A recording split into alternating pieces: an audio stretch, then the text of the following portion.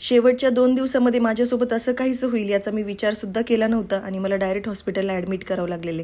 सांगते मी तुम्हाला काय झालं. आदल्या दिवशी सगळं काही व्यवस्थित होतं, पण रात्रीपासून ना बेबीच्या मुवमेंटच मला जाणवत नव्हत्या. कारण की 9व्या महिन्याच्या बेबी मुवमेंट ना खूप ॲक्टिव्ह असतात. म्हणजेच आहे ना, आपल्याला आहे ना डोकं वगैरे जाणवतं, हातपाय वगैरे जाणवतात. खूप जास्त ॲक्टिव्ह मुवमेंट असतात आणि त्या मला जाणवल्याच नाही. मी आहे ना मग घरी न थांबता सकाळीच उठले आणि पहिल्यांदा हॉस्पिटलला गेलेली आणि हॉस्पिटलमध्ये गेल्यानंतर मग सर्व टेस्ट वगैरे केल्या.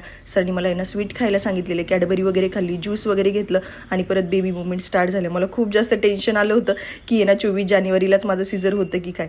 तुम्हाला तर माहीतच असेल, तुम्ही जर मला खूप दिवसापासून जर बघत असताना तर तुम्हाला माहीत असेल की मला कोणत्या डेटला मला सीझर करायचं आहे म्हणून. त्याच्यानंतर ना घरी आले आणि डॉक्टरांनी मला सांगितलं होतं की आज दिवसभर तुम्हाला जे आवडते ना ते खा. परत विचार केला की अरे यार, आता शेवटचे 2च दिवस राहिलेले, सगळं मस्त चटपटीत खाऊन घेते आणि ना मला भेळ खायची खूप जास्त क्रेविंग होत होती. मस्त अशी नेपतीची भेळ खाल्ली आणि त्याच्यानंतर ना बेबी मुवमेंट दिवसभर जाणवत होत्या. मग खूप जास्त मी हॅप्पी होते, कारण की ना मला ज्या डेटला सीझर पाहिजे ना त्याच डेटला फायनली माझं सीझर आहे ना होणार आहे म्हणून.